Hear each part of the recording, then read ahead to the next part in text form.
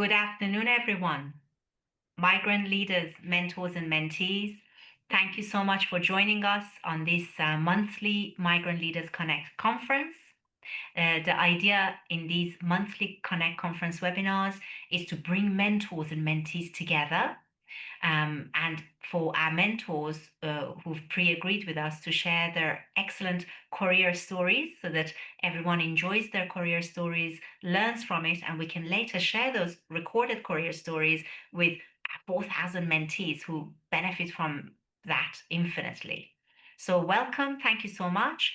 Can I please ask mentors and mentees who have joined us today to put in brackets on their Zoom name whether they're a mentor or mentee. So use the word mentor if you're a mentor and use the word mentee if you're a mentee so that everyone knows who we've got and what their role is in terms of mentor or mentee. Thank you so much. Excellent. Thank you, Francis. I can see that. Super, Patrick. Roberta, of course. Now, this month, we've got a very special career story that Roberta Melchor will be telling us. Thank you so much, Roberta. I will pass over to you and my colleague Fozia will share the slides in advance. Thank you. Thank you. Thank you so much. Good evening, everyone, or good morning and afternoon, depending where you're connecting from. I'm very excited to be here. This is my first conference with Migrant Leaders, and I can't wait to really deep dive on all the questions from the mentees. That's the most exciting part of the conference in my eyes, to getting to know each other. And so I will start from myself. My name is Roberta Melchore. I am based in London. I travel a lot, though, because I cover a global role at Amazon Web Services. And sometimes I don't know where I really am and what time it is. I would like to give some information about my company. Amazon Web Services is the division of Amazon that basically makes the cloud and the AI work, for those who are not familiar with it. I will call it AWS, as that's the acronym that we use. I have a 20 years career in marketing. So my career journey started a long time ago, and it goes across different countries and continents. And so, you know, it's tricky to summarize such a long time in 7 minutes, which is the time I've been given, even if they told me I can cheat a little bit. And so this is why on these slides you see just some of the pinnacle moments that I would like to share with you, especially with the mentee, because these are the moments of learnings that I carry with myself. So starting from where I am from, really, which is Italy, and in particular, you can see the heel of the boot. That is a region called Puglia. I hope you have visited for touristic reasons. If not, I would recommend it. So Puglia is a region that, when I was young, it wasn't well known. And especially the village where I come from, it was quite poor, and I wasn't surrounded by, let's say, you know, the education of Oxford. And the reason why I'm sharing this with you is because this is the first element that I always bring with myself. I spent a long time trying to justify where I was coming from, almost to hide it, because I was surrounded by people who were from places that, you know, are recognized highly. And now instead I look at these origins as my strength. So the first learning that I would like to share with the mentee today is don't shy away from your origins. Never think that they are a blocker, and leverage them as your strength, because they are, because they make you unique and they give you a background that no one else has.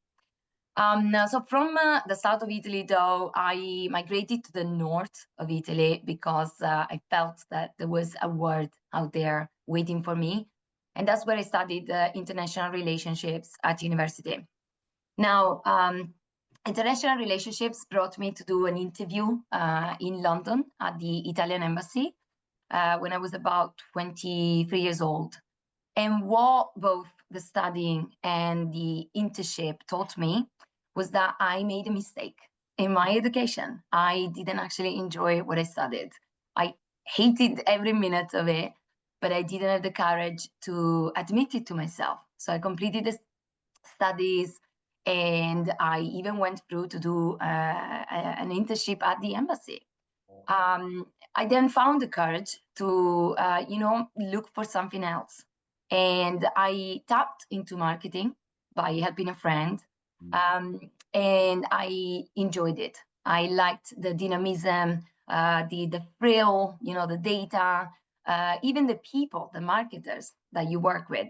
And I decided that I needed a little bit of education to back that up. So I started studying days and nights in my spare time, weekends, and I started to certify myself as a side education to some extent. I was very lucky because in Bologna, in the north of Italy, where I was living at the time, I met people that gave me the opportunity to learn on the job, and that was Emerson Network Power. So you will see that on the slide. That was my first real marketing job in Italy, and it ended up being my first job in the UK. So I worked for Amazon for 2 years. And at some point, again, I felt that element of willingness to learn more, to explore more. So I decided to take a leap of faith, and I jumped across the channel and I arrived to London. And this took a lot of courage because I was leaving my home property in Italy. I was leaving my circle of friends. I was at the time 30 years old. So, that's considered old by some people already. And I didn't speak fluently. I didn't speak English fluently either. I did it anyway. That's another learning in my career. When you feel that that element, that feeling, in every bones, that it's the right thing to do it, no matter what the paper says, no matter if you have the cards or not. So London has been really an accelerator for my career. In the past 12 years, I have moved different companies. I have increased my salary, my seniority. And at the beginning, I think it was very helpful to try different things for a limited amount of time, 2-3 years. So I gained experience. I tried different cultures, different company size. I tried startups and bigger companies. And I even found myself in some moral debates, which is everything that happened before that career gap. So at some point in 2017, I was working for a startup, and I realized that my values didn't align with theirs at all. I found myself at the bidding of either continue working for them until I could find something else, or again jump in and seeing what was happening. So I left the company, and I didn't know that I was looking at 6 months of unemployment. So that can feel scary, and it can look bad on your CV. But I can tell you that it's been the most profitable time of my career. And it's the reason why I then got the job at Google. So this is another learning for me. When you are in the deep down and you don't see the light of the day, and I'm talking to a lot of people today that are facing a very difficult job market, and you think that your days are useless, think again, because this is the time you're given to actually prepare for your next step, your next big step. I would have never thought that Google would come along, and I think I would have never passed the interviews had I not prepared, had I not built that discipline, had I not done the coaching. public speaking, the improv theater, the certification in CIM, which is what Google recognized. So use that time wisely. Really make the most out of it, because it doesn't happen often. So I started Google, and it's a game changer. It's the biggest company ever. I come from a background where I have a lot of imposter syndrome. I'm surrounded by people who have higher education than me, the best and the smartest people in the room, right? And my perception is that I don't belong. And then what I learned in 4 years in such a big company is that actually reality is not always what it looks like. I have met some of the smartest people in my career in the startups, and I was one of the smartest at Google. So don't let the brand, delude you. Don't always aim at the biggest, because what you can learn in the smallest realities can actually pave the way for, something bigger later, down the line. The final step in my career is my current job at AWS. I'm very grateful for AWS because it's a very peculiar company. It taught me to be structured. I met amazing people, despite the bad press sometimes. I actually met very empathetic individuals. And there has been moments where I felt bored. And there has been moments when I didn't have a life. And this is big tech. There are some days where it's full on. Some of the days where there is a reorg and layoff, and you're like, what is my job? And those days taught me who I really am, because those are days of silence, of boredom, of loneliness. And those are the days where I ask myself the questions, what are my values? What can I do that is not coming from my manager? How can I reinvent my job every day? So yeah, in a nutshell, there are a few learnings that I would like to share with you. Finally, the biggest one is that you can be your worst enemy or your best friend, and really the choice is on us, right? And I'm realizing that of all the blockers that I've encountered in my life, I have sometimes been the biggest pain in the, pardon my French. So remove yourself from the picture. You are not as important as you think you are, but also you are the producer of your life.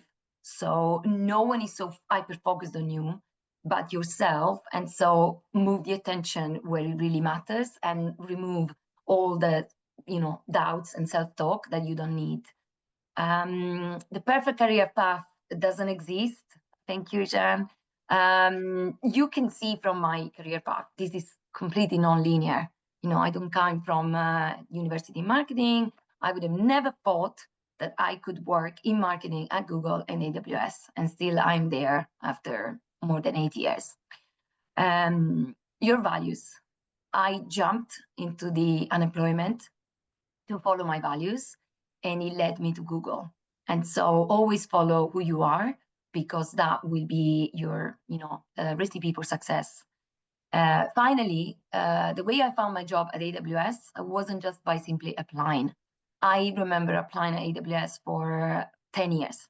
And I was very disappointed because it looked like my CV just didn't cut through. And then I networked with some vendors.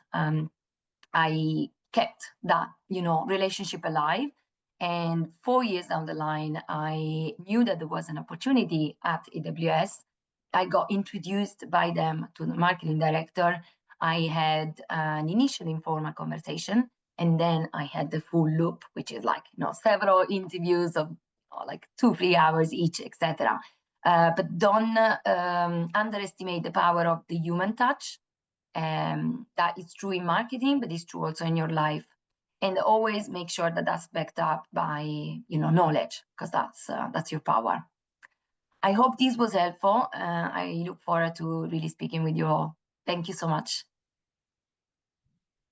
Roberta, that was wonderful. I couldn't help but make some mental notes from the things that I learned from what you said about the Thank you. value of the silent days, Mm, not to get worried about days that are silent or not fully occupied or productive, because uh, we can think and we can mm. plan and we can enhance ourselves.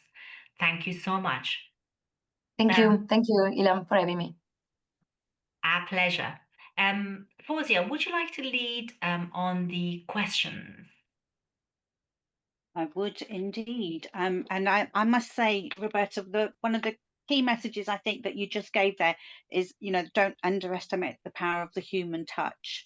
And I think that sort of leads me in nicely to get the opportunity to ask some questions of yourself and also some of the other mentors if they wish to contribute, so that we can get some advice from you on practical matters that will help our mentees. I hope that's okay.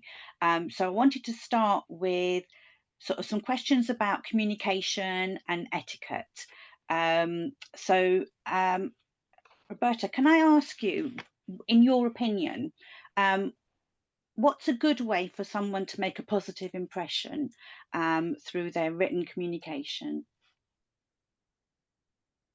I love this question because I've seen it firsthand when receiving messages on LinkedIn from people who were looking for mentor or for mentorship or even for job, right?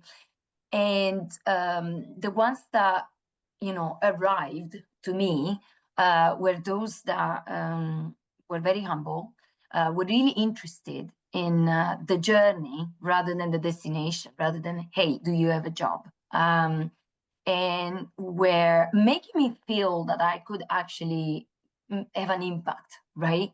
So they were making me feel like I was a consultant in their life, and they were seeking some advice. So, it sounds very structured and normal salesy, but we're all human beings. We're all working the same way, and even if you're looking for a job, that is almost like you're selling yourself. You're selling a product, which is yourself, right?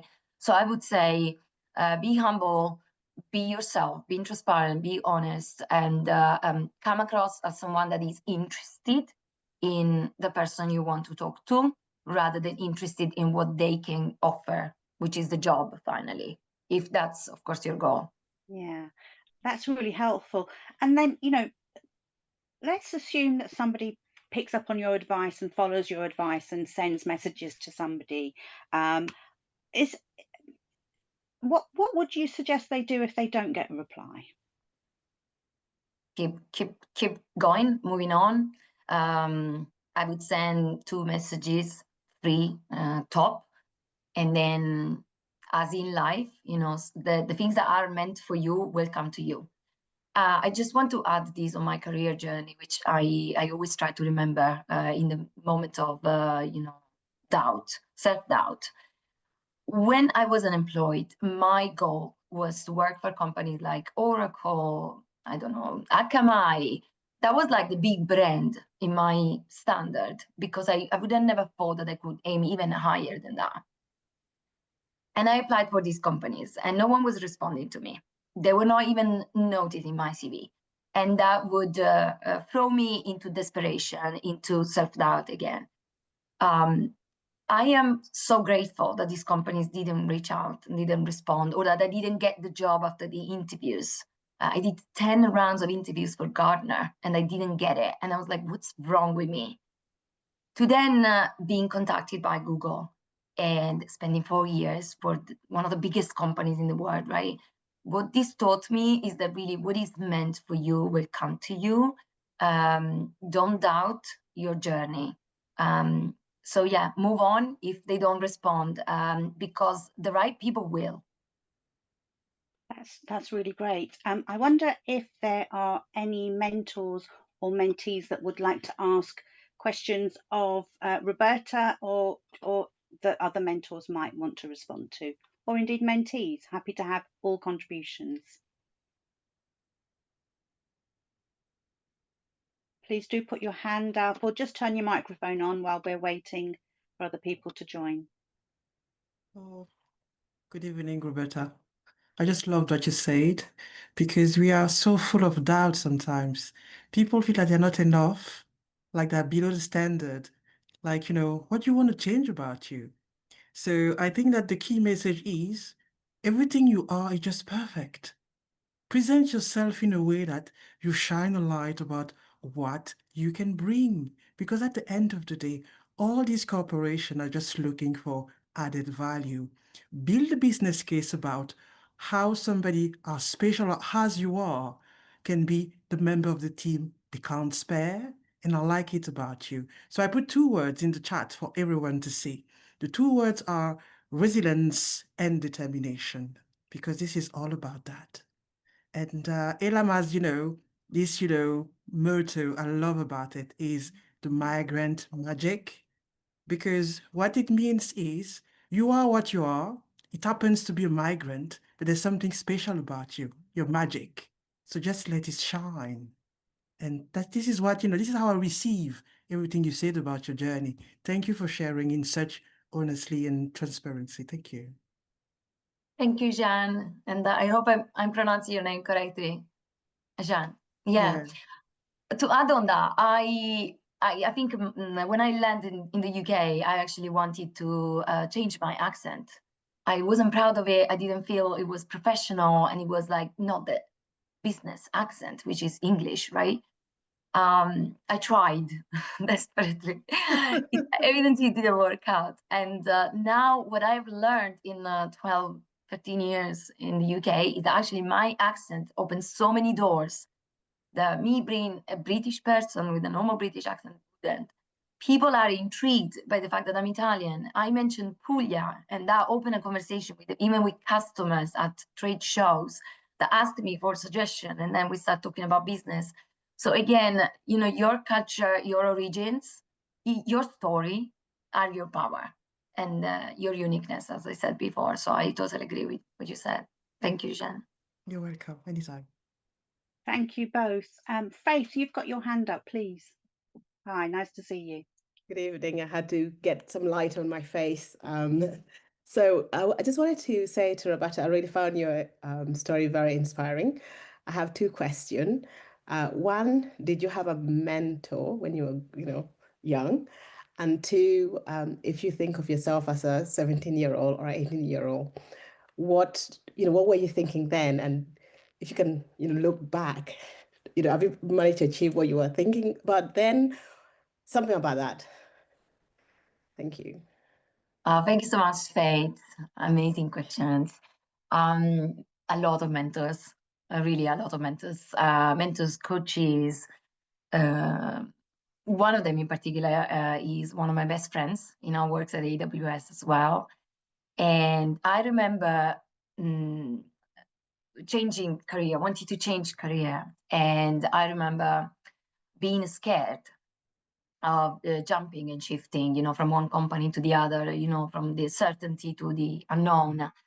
And that's why I was downplaying myself. As a woman, I was not even aware of my value and my worth, even financially. And so I remember talking to him and saying, oh, no, I cannot. We are in a negotiation stage. I really love this job. I don't want to lose it. So I'm going to ask for this. And it was guiding me and, supporting me in being confident and asking for more.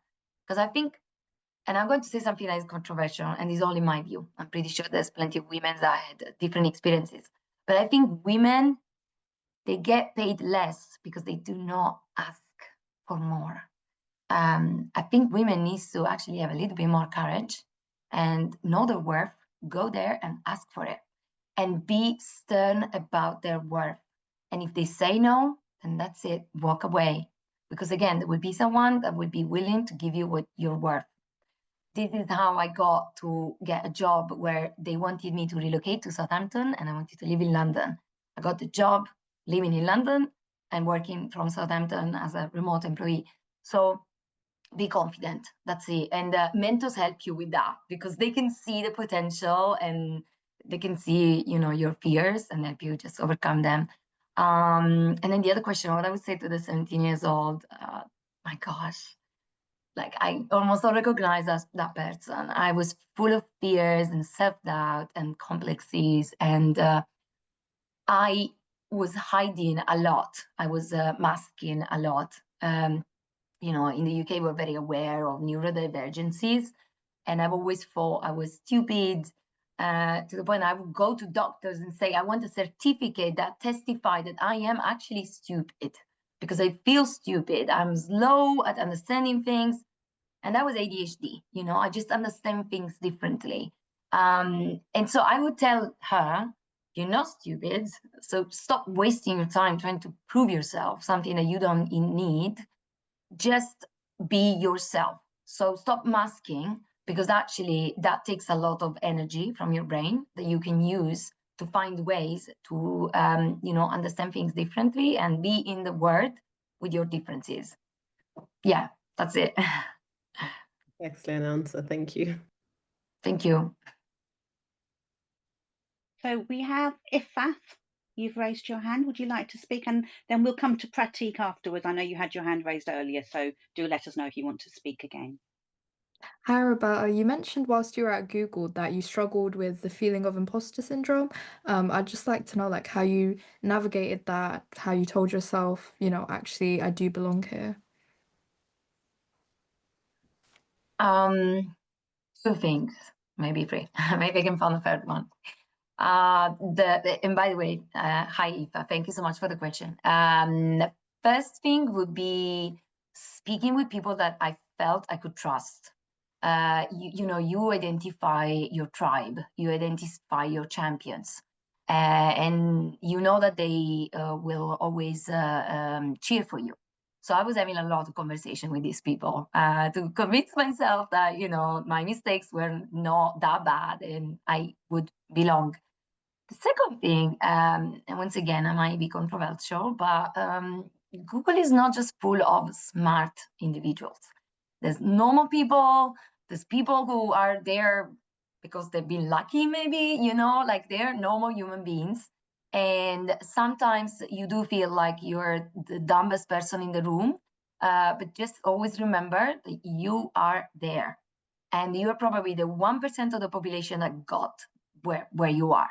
And no matter whether you are at Google, you're in a startup, wherever you are in your journey, the fact that you're there, the fact that you're attending this call and that you're, you know, trying to get better, that already means that you're not an imposter.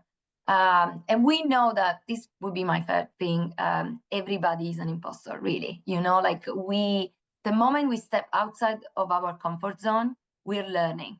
And the moment we're learning, there is someone inside of our brain is saying, oh my God, you are making a fool of yourself because you don't know this thing, you know? That's our defense mechanism. So that voice is good because it's telling you, you're stepping out. You are actually putting yourself out there. And then it's good if you also let that voice go silent. Don't pay too much attention to it. That would be my my advice. Thank you, Aoife. That's a great answer, Roberta. Thank you so much. I'm inviting more people to contribute with questions or comments. So please do, Pratik, I know you had your hand up earlier, so if you want to contribute or ask a question, please feel free to do that. I'm very happy to. I just wanted to share some thoughts, if I may. So, Absolutely. Evening, everybody. Lovely to see you. I'm having a bad beard day, so my camera's off. It was going back to the comment about having mentors, and it's a topic I've discussed quite a lot with mentees and various people.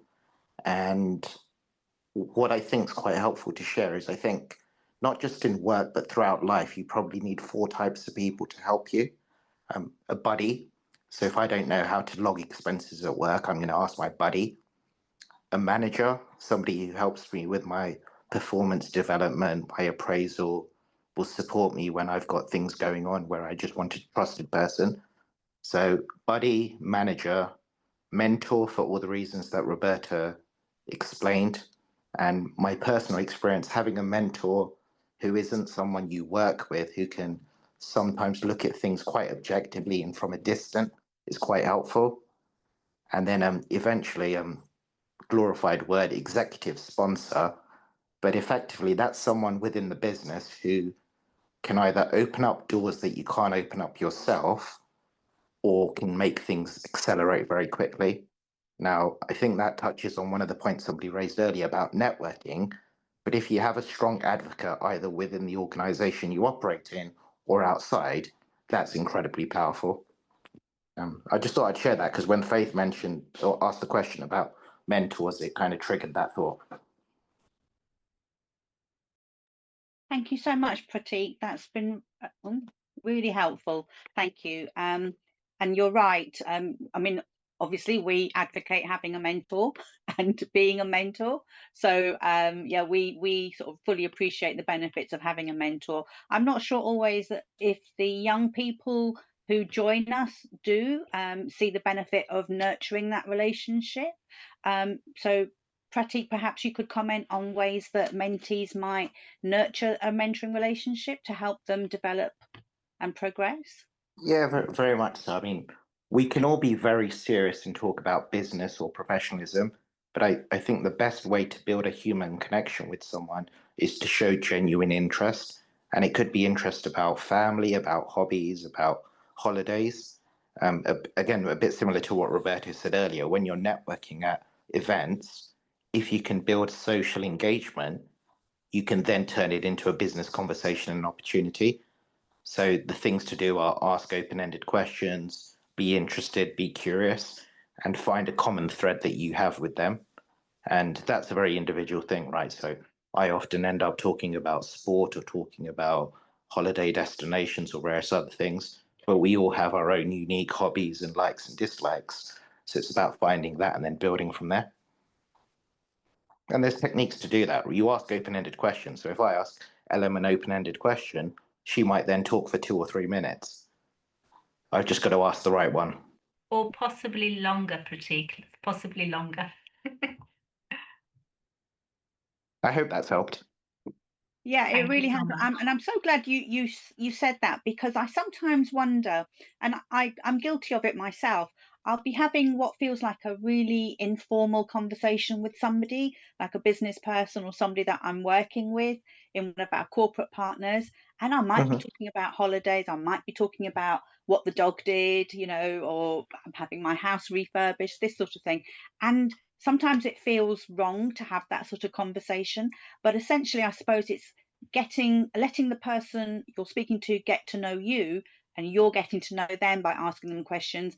And then once you've established that relationship and that Very much so. comfort with each other, you can then move on to the business conversation. Does that make sense? Does that? I'm nodding, but you wouldn't be able to see that. It does. Thank you for the support and a great contribution, Pratik. Thank you so much. So we've got Srinath has raised his hand. Srinath, please feel free. Hi, Fawzia. Hi, LM. First of all, I wanted to thank you for the opportunity that's given to me. This is the first time I'm being on Migrant Leaders Conversation as a mentor, and I'm very glad to see a lot of new faces in here. And thank you so much, Roberta, for sharing your journey, and that is an inspiring one for sure. I was really wondering, why were you coming out of Google? That's one of my favorite companies to work for. That has always been in the list. Long story short, one of the questions that was coming across is, how does somebody overpower the question of whether am I already there? The self-doubt that somebody has got, how could somebody overcome that self-doubt is one question that I want to pose to you, Roberta. And on top of that, before I let you go with the answer, Pratik was talking about having 4 different types of people: buddy, manager, mentor, and an executive sponsor. And I strongly believe that all these 4 are equally important. Underlined with that, we also need to have an intent to contribute on the first place, which becomes the first driver. Like what somebody was talking about, when you go into a networking event, there are 2 kinds of people that we meet. One person could look at seeing, what can I get out of this individual? Where can I leverage him? Where can I use him? Or what can I get out of this person, whether it's a he or a she? There is another kind of person who wants to see, what can I contribute to this conversation? What can I offer? What can I give? Where can I support him or her to be a better individual, or give them better opportunities, or show them something that could be more relevant to them? if we have that kind of a thought process to start kicking in as a contributor, as they call it, then it opens up a lot more new opportunities, because the moment I give, there is more that I get. That's the law of nature. So if, as mentees or as mentors, I strongly believe that if someone can think, how can I contribute to a conversation every other time that I meet a new person or a new team or a new tribe, then that definitely could give you more than what you anticipate. And that has always worked for me. That's what that I would like to share. And over to you, Roberta, in terms of what you think, how somebody should handle this question of self-doubt, if there is one. Yeah, thank you so much. Srinath? Srinath. You can call me Sri. Yeah. Sri. And we can have a offline chat about Google. I can share my experience with you. I would say look into it. That self-doubt, where is it coming from? Like, that's why I'm a split and I'm torn about the imposter syndrome. There are some coaches that say, oh, it's very bad for you, just try to remove it. And others that say, oh, it's amazing, it's normal, everybody has it, so just accept it. I think it's in the middle, right? It's there. It's like anxiety. It's there for a reason. It's like, every symptoms of our body, like you have a headache, maybe you should drink more water, right? So everything is there to tell you something. What is that imposter syndrome telling you? Why are you having the self-doubt? Is it real? Is it highlighting some gaps that you should pay attention to? So really analyze your portfolio of experience, analyze how you're performing in the job, where you're struggling. And then if that self-doubt comes on specific areas, dive deep in those areas. Look for mentorship, look for courses, ask questions, If someone gives you a tough feedback about something, learn, and this is something I'm still working on, but I was very bad at, learn to take that as the biggest gift. Oh my God, this person is actually telling me that there is an area where I can get even better. So just, watch out how you talk to yourself, rather than, oh my God, I'm very bad at this. I can get even better at this thing. How can I do that? So yeah, listen to it. Don't be scared by it. And I think it really stems from be comfortable with failure. You're not perfect. You're not supposed to be. You're not supposed to know everything. So if there's something that your voice is telling you to pay attention to, open up to it, because you might become a master at it, or you might just cover your basic. Maybe that's something that you will never want to really invest too much, but you can make sure that you're good enough so that you can focus on other areas that you like. Does that make sense? Absolutely does. Thank you for that, Roberta. Thank you. Thank you.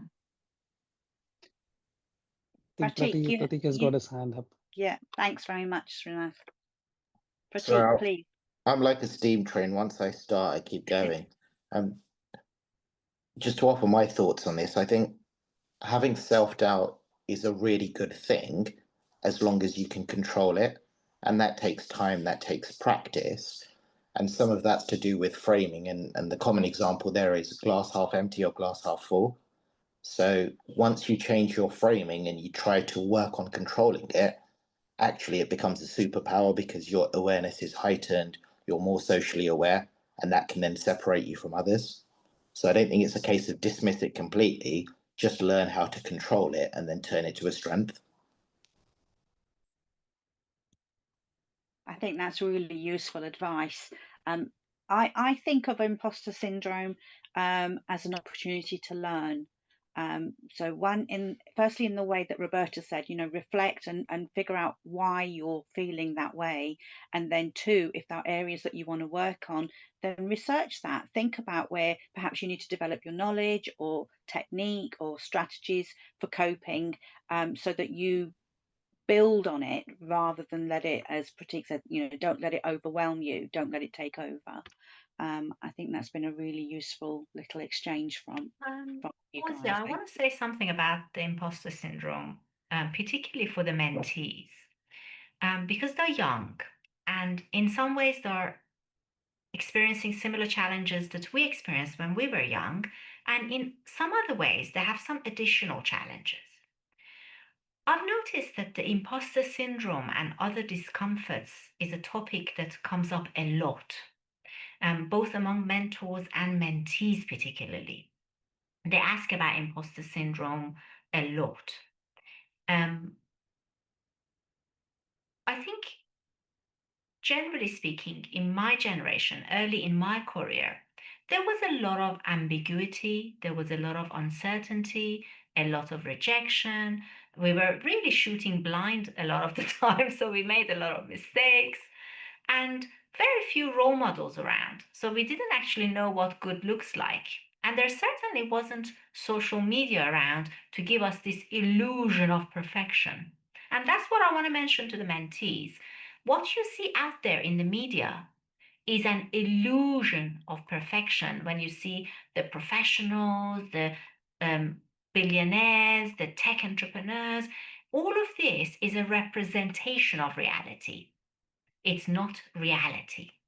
So, whilst you can learn from those stories and individuals, don't necessarily benchmark yourself against them, because if you do, your own abilities and resources will never match your expectations. And therefore, you will always suffer from imposter syndrome. So, be realistic, be ambitious in yourself. Think about, what are my natural strengths? You've had your whole life to work that out and you continue to work it out. I know I'm still working it out. So you look at evidence of your childhood, your youth, your professional times with friends. What are your natural strengths? What are your values? And what kind of markets, companies, and products and services are you best to apply your natural strengths and values to? Be quite measured and realistic. And as Roberta, you said, imposter syndrome is a kind of anxiety. There's usually a reason for it. Try and analyze what's the reason for it, so that you can take corrective action. But don't be afraid. I would say to the mentees, don't be afraid of the imposter syndrome. It's just a feeling. It's not going to kill you.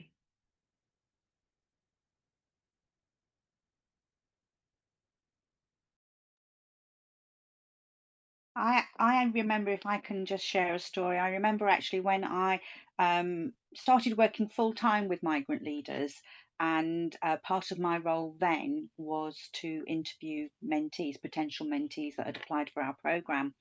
And because I hadn't done that for a while, it was a real kind of, sharp intake of breath moment to get myself prepared. But then actually, part of the reflection that I did was to remind myself that after I graduated, one of my first jobs had been to interview people that had applied for benefits. And then I realised, actually, I've been interviewing people in one way or another for the best part of 20 years. So I really thought about advice that, actually, my own experience. I thought about that first, and gave myself a bit of a knock on the head. And the other thing I remembered was some advice that a really good former colleague of mine had given me when I was going to do my first recruitment interview to bring somebody into my team. And she reminded me that although I was nervous at the time, the people that we would be interviewing, there would have been about 6 or 7 on the day, would be far, far more nervous than I was, and that they would know less about the company than I did. And so really, I needed to see things from their perspective and appreciate that whilst I was feeling anxious because it was the first time I'd done this particular task, they had probably more nerves and reason to be concerned than I did. And I think it's sometimes, that self-talk that you give yourself, make it positive, remind yourself that you actually can do things, you've got skills, you've got knowledge. And with interviews, at the end of the day, it's really hopefully just an exchange of information and knowledge and getting to know people. So I wanted to just share a little bit with you about times when I've had, I felt, oh, actually, am I able to do this task, whatever. Just have a word with yourself. So I've spoken quite a lot this afternoon. I feel like I want to invite more mentees and mentors to contribute. So please, any questions, any further comments and contributions, we'd really love to hear from you. We've got in our final 10 minutes for the evening.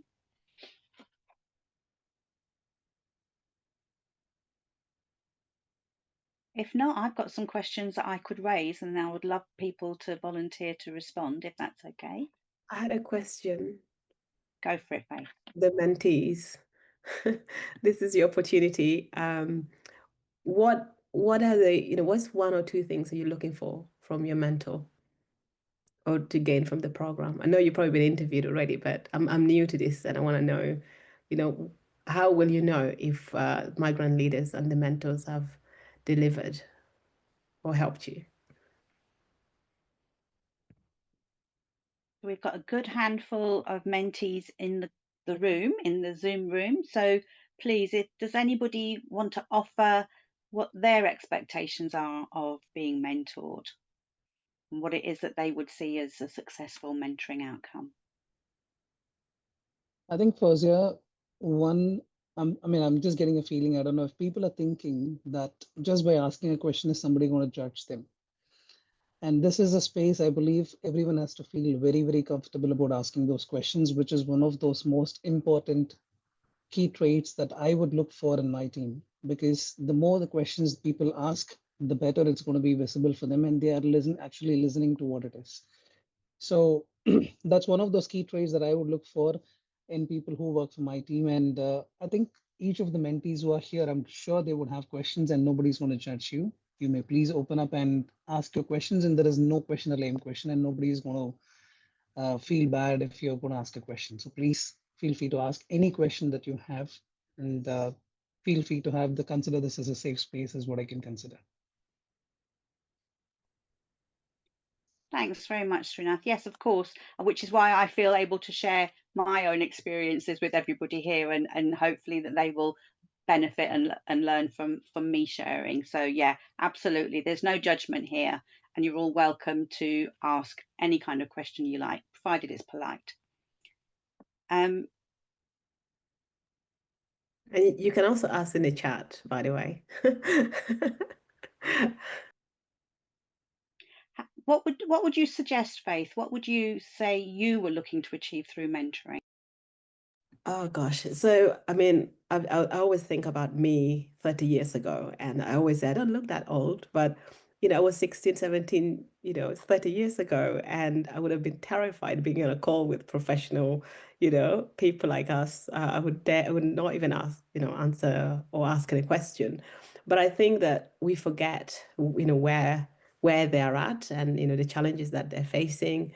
Some of them might be, university choices, they're doing the A levels, they're, first year at university. There's a lot that's changing around them and a lot of unknowns. And I think that I would want them to feel, as a mentee, I want you to feel comfortable, even not knowing what you're going to come into the mentoring relationship with or the challenges that you're going to bring to us. I think that, just knowing that you have somebody who is giving you their time, with no judgment and are willing to listen to you. And there's no wrong or right, advice. We're not here to tell you how we did things or how we want things to be done. We're just here to say, look, we're available for you, and bring what might be keeping you up awake, or what you might be groveling with.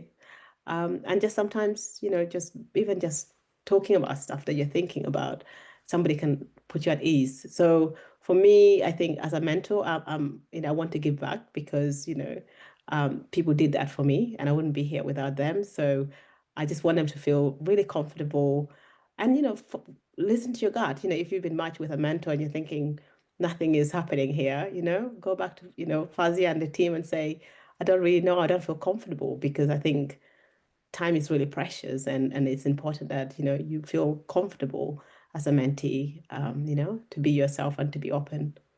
Sometimes, Faith, I think the mentees or anyone needs a paradigm shift. Yeah. So let me share with the mentees what it takes and how I recruit the mentors for migrant leaders. Yeah. I think it would be fair to say that I've hardly ever had to do a sales pitch to recruit a mentor.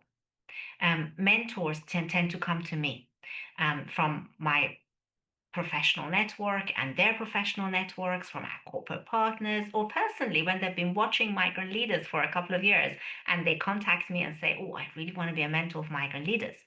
The reason I say that to the mentees now is because I want them to know the mentors at Migrant Leaders, they didn't need a sales pitch from me to come to me and join as a mentor. They really want to be a mentor. So mentees should go into those conversations with the mindset that this mentor really wants to be my mentor. And now we've got the Migrant Leaders app. Mentors actually get their matched list of mentees based on the mentees' professional and sector aspirations, and the mentor selects the mentee. So they really, really want to be your mentor, and then the mentee can have a look and accept that selection or not. But the mentor has selected you and they've chosen to be a Migrant Leaders mentor. And if the mentees know that, maybe they will have those conversations from a position of strength rather than a position of weakness. Roberta, I think you had your hand up for a bit. Yeah, and I want to add to what you just said. I am learning so much, and I've learned so much from my mentees. And I have an apprentice now that just joined, and I'm learning so much from her. Usually, mentees tend to be younger. They come from a completely different generation. Older people tend to complain about previous generations. But what I'm learning is that there's so much value in that exchange. And so just imagine that actually this is a moment where you can also teach something to the mentor themselves. You can give something to the mentor. Don't think necessarily that you don't have anything, that you can give already. So it's really like a give and take. It's an exchange between two professionals, two people, different experiences, different views of the world as well. And use us, we can be that sounding board. If you have an idea and it sounds crazy, and you need to have someone that listens to it and gives their really honest opinion on it. Use us for that as well. Thanks, Roberta. I think Pratik, you've had your hand up as well. I have. Sorry, it's the third time, and I promise this will be my No, you're last welcome. comment. You're welcome. No problem. Hopefully it helps the mentees. So sometimes things can be quite scary and complex. And to make things easier, sometimes just think about one or two things that might help you and ask your mentor for some assistance and some thoughts on that. So it could be things as simple as writing a CV, attending an interview, public speaking, or whatever it is. But if you work out the 2 or 3 things that will really help you, you're likely to have a more fruitful and engaging conversation. Absolutely. Preparation. There are some universal laws of life that will not change generation to generation. So your motivation, your hard work, preparing for meetings and mentoring conversations, doing the right thing, some things are intergenerational and will never change. So we try and teach those things at Migrant Leaders even before they get a mentor through our pre-mentoring program, a program that Fozia leads actually. We also have our young leader model and the 52 characteristics that we try and teach the young people in terms of hard work, authenticity, respectfulness, resilience, momentum, all sorts of characteristics, 52 of them, that is a young leader model that I developed even slightly before I launched Migrant Leaders. I guess I was going through a curious moment. So really, really grateful. We've got a couple of minutes left, and I see a message from Diana in the chat. I assume, Diana, you'd like us to read that out. So you're saying that you recently changed your career path. You've got uni applications, and what has helped today is that this conversation we've had among the mentors and mentees has really helped you clarify what you really wanted to do and how to balance deadlines and learning skills. So thank you very much, Diana, as a mentee, for that comment. I think we've got time I for think, one more comment. I think that is actually posed also as a question. I don't know. Did I understand correctly? Yes, yes. I was gonna say she's asking a question actually. She's asking us if How do we we balance? I if can answer we crack quickly. the code. Okay, Yeah. good. Thank you very much. Thank you for your help, everyone.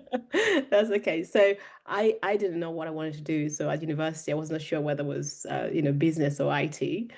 So computing at the time. So it's normal, and I would actually say to you that look at the fact that you've changed career path as a strength, because often people don't have that courage to do that, and they go out and spend 3 years and realize they're on the wrong track. So first of all, give yourself credit for knowing or understanding, getting clarity. So that's a positive. Don't be scared of that. The second thing is, there's a time and I believe a season for everything. So, look at your priorities, put it on a list, ChatGPT, anything you need, any tool that you can use to help you prioritize what you need to do first. You need to definitely make a sacrifice in terms of the socializing. That's something that we've all had to do at some, one time or another, but it just means that you become laser focused on what it is that you want to do. So and also give yourself time for enjoyment. Don't burn yourself out. Yeah, this is a marathon, not a sprint. And use people in your network to help you, whether that's your siblings, your parents, somebody.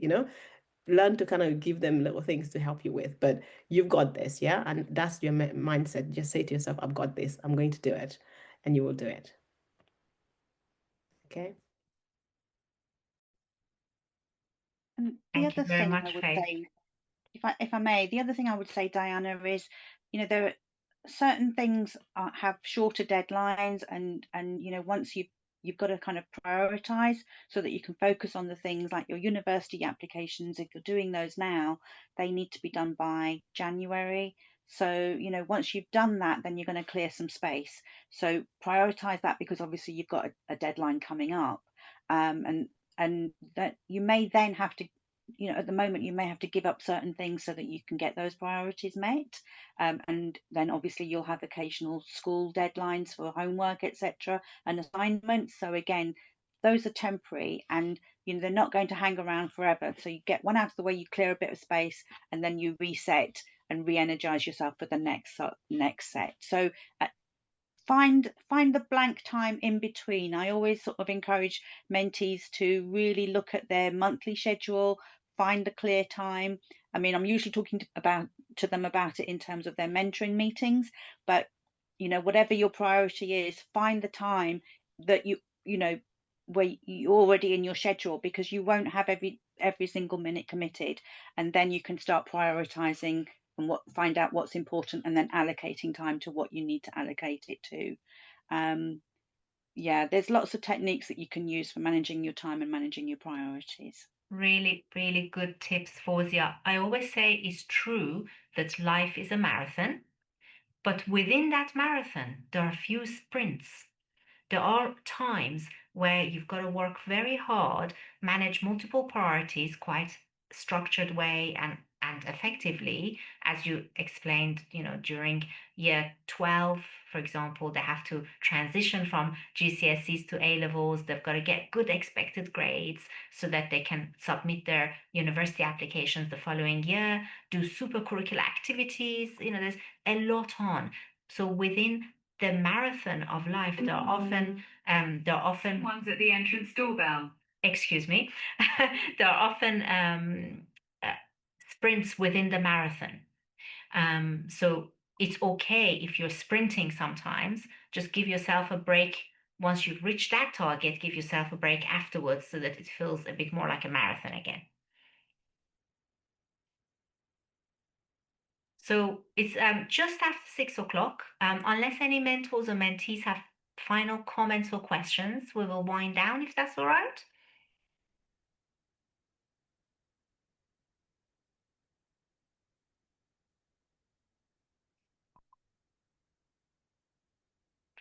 there's a comment from Ian Randall, one of our great mentors, that time blocking is a great technique for creating extra bandwidth. Oh, tell me about it, Ian. Time blocking is really good. I'm only just beginning to block time for specific tasks in my diary. So block out time and use it as a fluid way of carving out time to focus on the latest priority. Really good tip. Yeah. Thank you. No, it's something that I was just going to say, it's something that I've used recently, and it's, it's very easy to get that sort of sense of overwhelm or pressure because of all the conflicting priorities. But just know that maybe once a day you've got that hour, that's your time. You can do whatever you need to do. And often don't assume that the priority list that you have is the priority list that other people are expecting of you as well. So you might be putting additional pressure on yourself. So always keep reviewing that priority list. And there's many different ways of getting through it, because we all have those periods, and they can be horrible at times, but there's techniques to get through it. So yeah, I hope that helps. Yeah. And would you believe, Ian, sometimes even at our stage of life, I find it useful to sit down with a trusted advisor about what the priorities should be. For me, that trusted advisor is actually Fawzia. So me and Fawzia talk regularly, and we talk about what each other's priorities should be for migrant leaders. And that way we come up with a game plan which feels manageable and strategic. Nice. And getting a different perspective in the room as well. So I guess that helps. Absolutely. Thank you so much. Anyone else with any comments? I just wanted to tap on that social element that she mentioned, Diane, because we're all focused on career and professional, right? But then you would burn out if you don't remember that you are a human being and you need a little bit of fun every day, to take care of your own priorities, your body. So what I do, I have one non-negotiable that even when everything is falling to pieces and everyone is running like crazy and it feels like we're saving the world, I have my one non-negotiable, and I respect it almost as if it's a sacred thing. My one non-negotiable is a walk a day. It can be 15 minutes or 1 hour or 2, depending on how much time. But at some point during the day, no matter what, I shut the laptop and I go for that walk. It just keeps me sane. So find your non-negotiable and, use it as an anchor. I love it. I might adopt that daily walk non-negotiable, Roberta. Thank you. Thank you. Okay, Fawzia, are we good to wind down? I think we are. There are no more questions. I think we've had several wonderful contributions from Ian, Srinath, Pratik, especially Roberta, Faith as well, and Ifat, our mentee, who contributed. So thank you very much, everybody. I'll hand back to you, Alham. Thank you very much. So really excellent conversation, really qualitatively excellent conversation. I hope that the mentees will benefit from this. We have recorded the session and we will be sharing this with all the mentees so that those who were not able to attend benefit from this wisdom as well. Roberta, a special thank you for sharing your incredible career story and honest views. And really grateful for everyone who's been here and also those who commented. Thank you. And thank you, Ilham and Fawzia, for what you do. I think this is amazing, an amazing forum. Thank you. Special thanks to you two for bringing this forum up and making this a possibility, Ilham and Fawzia. Thank you, everyone, for joining. Thank you. Thank you, everybody. Bye. Thanks, babe. Thank you. Bye-bye. Thanks, Pratik. Have a good evening, all. Thank you, you too.